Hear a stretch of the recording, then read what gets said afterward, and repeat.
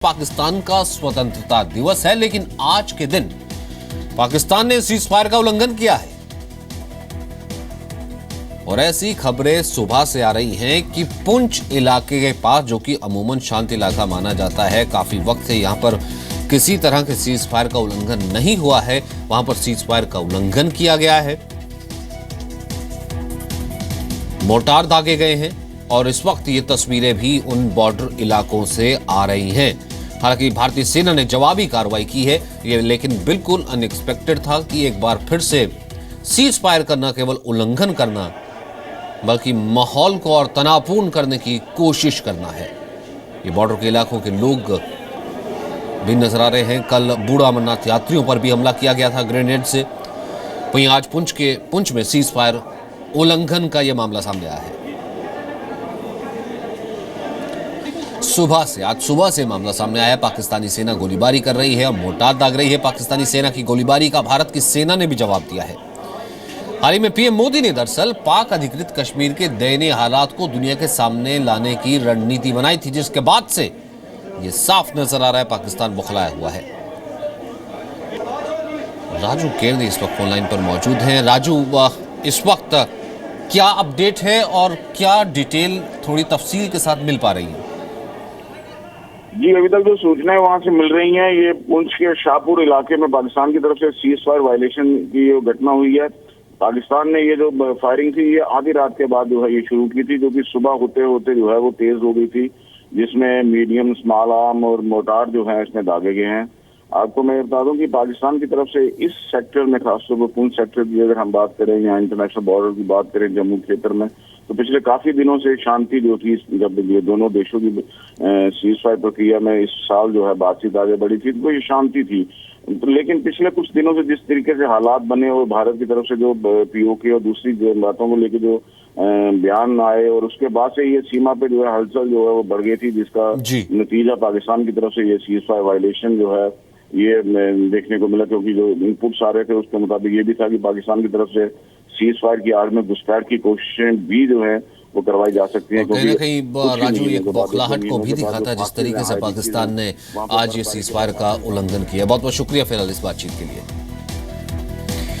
आगे बढ़ते हैं और देखते हैं न्यूज़ 20। विदेश मंत्री सुषमा स्वराज ने पाकिस्तान के सवालों का करारा जवाब दिया है। सुषमा स्वराज ने बातचीत के पाकिस्तान के प्रस्ताव को सिरे से खारिज कर दिया है। सुषमा ने कहा कि आतंकवाद के प्रायोजकों और इसका समर्थन करने वालों से कोई बातचीत नहीं हो सकती है।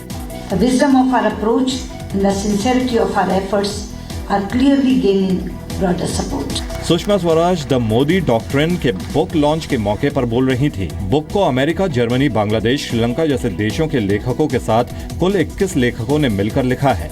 कार्यक्रम के दौरान सुषमा स्वराज ने पीएम मोदी की विदेश नीति पर कहा कि आज भारत बोलता है तो दुनिया सुनती है। बलूचिस्तान पर भारत के रुख का बलोच नेताओं ने स्वागत किया है। बलोच नेताओं का कहना है कि बलूचिस्तान और पीओके के लोग भारत के साथ हैं। We hope that you will raise this issue in coming September in UN session, and we are with you. We also believe in democratic principles. It is high time for India and other democratic countries in the world to come forward and support Baloch people. Pakistan army पर बलूचिस्तान के लोगों के खिलाफ अत्याचार के आरोप लगते रहे हैं। एक रिपोर्ट के मुताबिक साल 2000 से अब तक 20,000 से ज्यादा बलोच नागरिकों की पाकिस्तानी सेना हत्या कर चुकी है। गिलगित बाल्टिस्तान में चीन की मौजूदगी और पाकिस्तान के खिलाफ विरोध प्रदर्शन बढ़ता जा रहा है। पाकिस्तान के अत्याचारों से परेशान होकर हजारों की संख्या में लोग सड़कों पर उतर आए हैं। ये इंडिया के खिलाफ बात तो करते हैं, इंडियन पार्लियामेंट के अंदर कश्मीर के नुमाइंदे बैठे हैं, इंडियन लोकसभा में बैठे हैं, इंडियन राज्यसभा में बैठे हैं। वहां पर तो इंडियन पार्लियामेंट में कश्मीरियों को नुमाइंदगी देने से कश्मीर का इशू मुतनाज़ा नहीं होता, कश्मीर का मसला खराब नहीं होता। आप हमें पाकिस्तान की इस डाको पार्लियामेंट में, इस चौर पार्लियामेंट में जिसके ऊपर 100 इल्जामात है, उसने मिटाने के लिए आपका कश्मीर का मसला मुतासिर हो।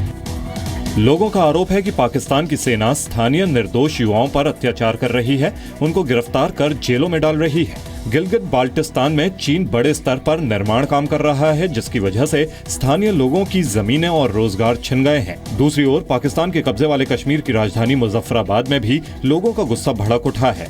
पाकिस्तान की जातियों के खिलाफ स्थानीय लोगों ने 2 दिन पहले एक रैली निकाली थी। पीओके के लोग पाकिस्तान से आजादी की मांग कर रहे हैं।